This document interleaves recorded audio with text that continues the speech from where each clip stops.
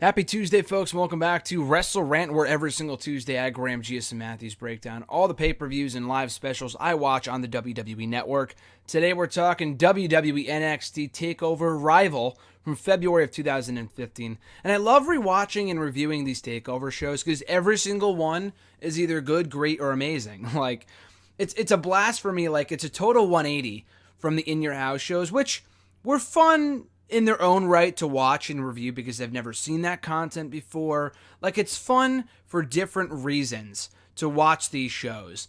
The In Your House shows, a lot of them were either very forgettable or very bad, or some were great, but by and large, they weren't that good. But they were fun to watch back for reasons, that I've stuff I've never seen before and learn new things I didn't already know, stuff like that. The NXT shows I've seen at least once or twice. I've seen every single TakeOver at least once or twice, if not multiple times. TakeOver Brooklyn one. But at least I can go back and rewatch them in their glory and kind of relive their greatest moments, because NXT is fucking awesome. And this TakeOver Rival show is no different. I think it's one of the more underrated TakeOvers, and I'll kind of discuss that more at the end. But anyway, to start it off here, we got Hideo Itami and Tyler Breeze kicking off the night in a really, really good match. This would kick off kind of a lengthy feud between the two in the remainder of the winter spring in NXT, leading to Tyler Breeze beating Itami and then beating him again in a 2 out of 3 count falls match on an episode of NXT TV. But this match alone was really, really good. They got about 8-9 minutes, made the most of it with a fun opener. Tyler Breeze continued to bring his A-game in every single one of his TakeOver matches, from his matches with Sami Zayn and the 4-way that I talked about a few weeks ago, including this outing. I thought he had a great match here. Itami scored the victory as he should have, but it was a fun way of opening the evening. After that, we had a no disqualification match between Baron Corbin and Bull Dempsey. Not the greatest match. It served its purpose, and thank God they only got 4 minutes. So, if NXT is going to do a match that they know on paper is probably not going to be good, at least they keep it short and sweet. Corbin and Dempsey had this feud going in the final few weeks of 2014 going into 2015, where Dempsey was like, oh, I'm the big man around here, and then Baron Corbin came in and kind of stole his spotlight. And then Baron Corbin beat Bull Dempsey, beat him a second time, I think in the NXT Championship #1 Contenders Tournament. And then for a third time on this show, he squashed him again, pretty much killing Bull Dempsey dead. Now, I know they attempted to revive him with the bullfit gimmick, which got over to an extent, but really didn't go anywhere. This really kind of buried Bull Dempsey, but they were on, very high on Baron Corbin, as they should have been. The guy's a former Mr. Money in the Bank and whatnot. Probably, I would say, a future champion at some point, but that's just me. The match was not really that good at all, but at least they made the most of it. The incorporation of the hardcore elements from the chairs and whatnot at least made it bearable, and the right person won. Bull Dempsey beating Baron Corbin at this point would have been classic 50-50 booking, but in losing, he was made out to be a fucking loser and never recovered. But it is what it is. Bull Dempsey was never that good to begin with. After that, for the NXT Tag Team Championships, you talk about a match with sloppy spots in it. It had Blake and Murphy taking on the Lucha Dragons. Now, on an episode of NXT TV a few weeks before this, Blake and Murphy knocked off the Lucha Dragons, in shocking fashion to win the NXT Tag Team titles. Now, no one was expecting it. Blake and Murphy were relatively unknown at that point, so for them to win the titles was a pretty big deal. And for whatever reason, the crowd started to turn on the Lucha Dragons. They weren't booing them outright, but they weren't as popular as they were when they first joined forces a few months earlier. So it was this kind of weird thing, and it was pretty obvious at that point the Lucha Dragons were headed up to the main roster. They were already working matches on Superstars and main event and shit. But this was not really that good of a match. There were a couple sloppy spots and awkward spots, and the crowd let them know it too. Again, not a bad match, but for the 8 minutes it got, it wasn't really that good. The right team went over. Blake and Murphy just won the belts. Why would they drop them right back to Lucha Dragons, especially if the Dragons were main roster bound? It was a fine match. The NXT Tag Team division around this point in time, it's gotten a lot better since then. Now we have so many great tag teams. You got fucking Red Dragon in there now and all these other great teams. But back then, you didn't really have that. You had Blake and Murphy, too, guys that the officials were high on and thought they could be something as a team. I still think Murphy is really, really good. Blake does nothing for me, but Murphy's great. As a tag team, they were really anything special, though, until Alexa Bliss came around. And even then, they weren't anything special. Regardless, fine match, right team went over, moving on. Now, this is where things really kicked up a notch. I mean, when you look at the undercard, the first 3 matches, you're like, why is he saying this is an underrated show? Like, how is it so good? It's because of the final 3 matches. The last 3 matches on this TakeOver were fucking great, and fucking great. For all different reasons, too. Number 1 contenders match for the NXT Championship. The winner of this bout would earn a feature match against the NXT Champion. Finn Balor taking on Neville. Like I mentioned earlier with Corbin and Dempsey, they had an NXT Championship number 1 contenders tournament. I think Balor beat Itami in the tourney at one point. Neville beat Corbin to advance. So we got Balor and Neville. I want to say it was for the first time ever, but then again, I don't think it was. I'm pretty sure it was a Neville and Balor match that got Neville to NXT, I'm pretty sure. I'm pretty sure that Triple H saw some match of Prince Devitt against Pac, or whatever. I'm pretty sure it's Pac, from Japan, or wherever it was. And that's what prompted him to hire Neville and later Finn Balor. I might be wrong. I know it was a Neville match. I forgot if Balor was involved. So I don't think this was the first time they ever clashed ever.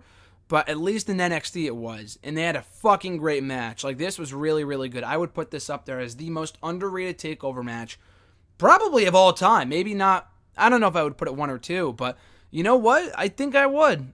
This match was really, really good. Balor was still fresh to NXT. He was undefeated. Neville was on his way out. He just put over Sami Zayn a bunch of times. Kevin Owens a bunch of times.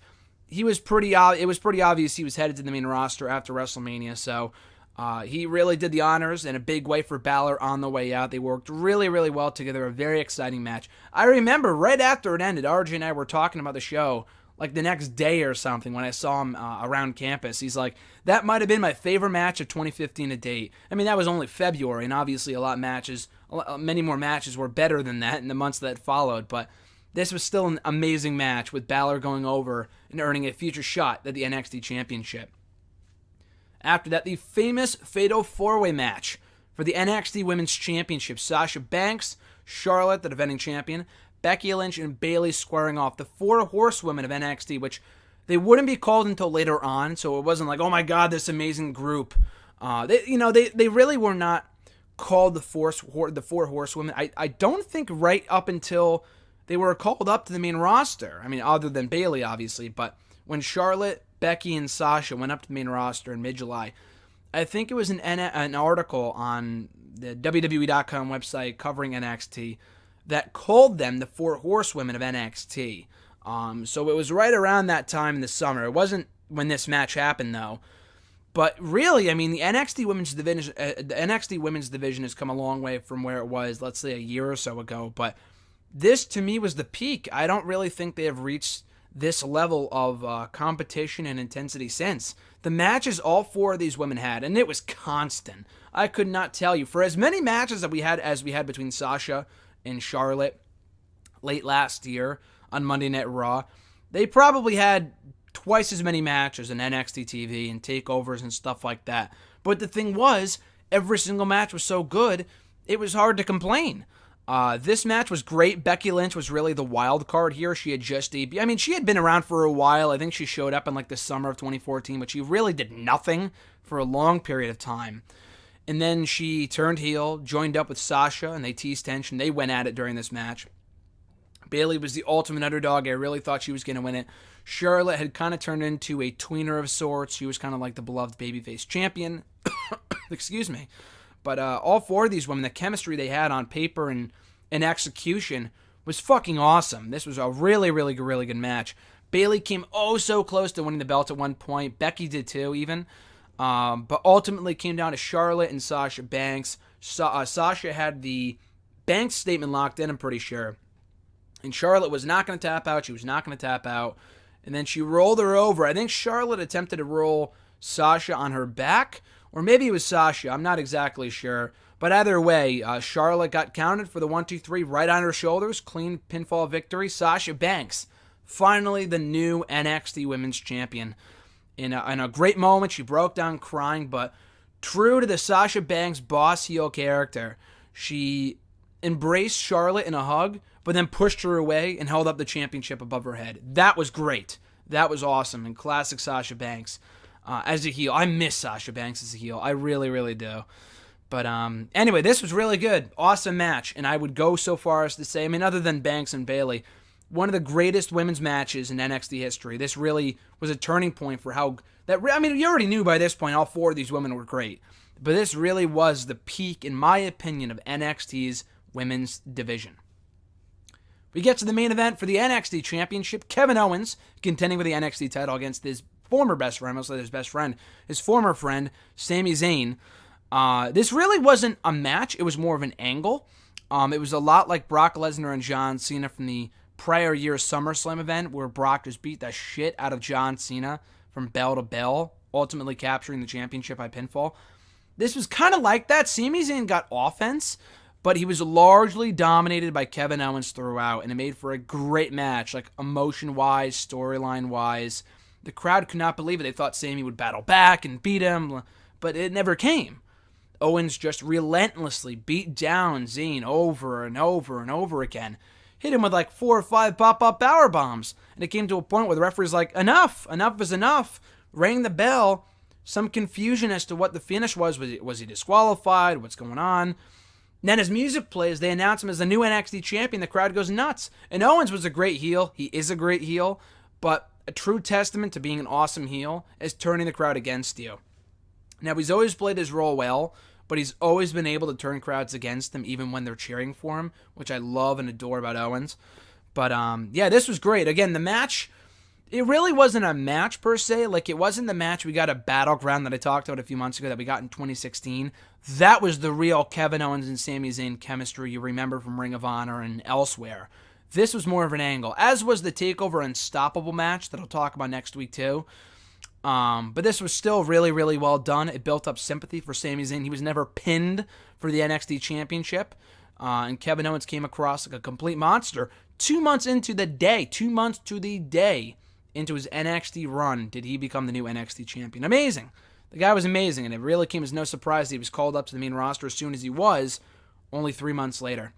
So yeah, overall, another great TakeOver. I would not by any means say it's like one of the greatest of all time just because of the weak Baron Corbin, Bull Dempsey in the tag title match. So it's not a near perfect card.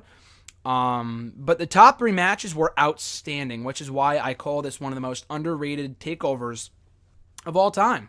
Those final 3 matches were really, really good. The opener was a lot of fun too, between Tommy and Breeze. So check it out when you can. TakeOver Rival from February of 2015. Next week we are talking TakeOver Unstoppable from May of that same year. But in the meantime, and in between time, folks, be sure to find me on the Twitter machine. Follow me there at WrestleRant. Find me on Facebook at facebook.com/graham.gsm.matthews. Be sure to support the channel by liking this video, dropping a comment, sharing the video, and also subscribing to the channel for daily content. I'm Graham GSM Matthews once again, guys. Have a great rest of your week, and I'll catch your ass down the road.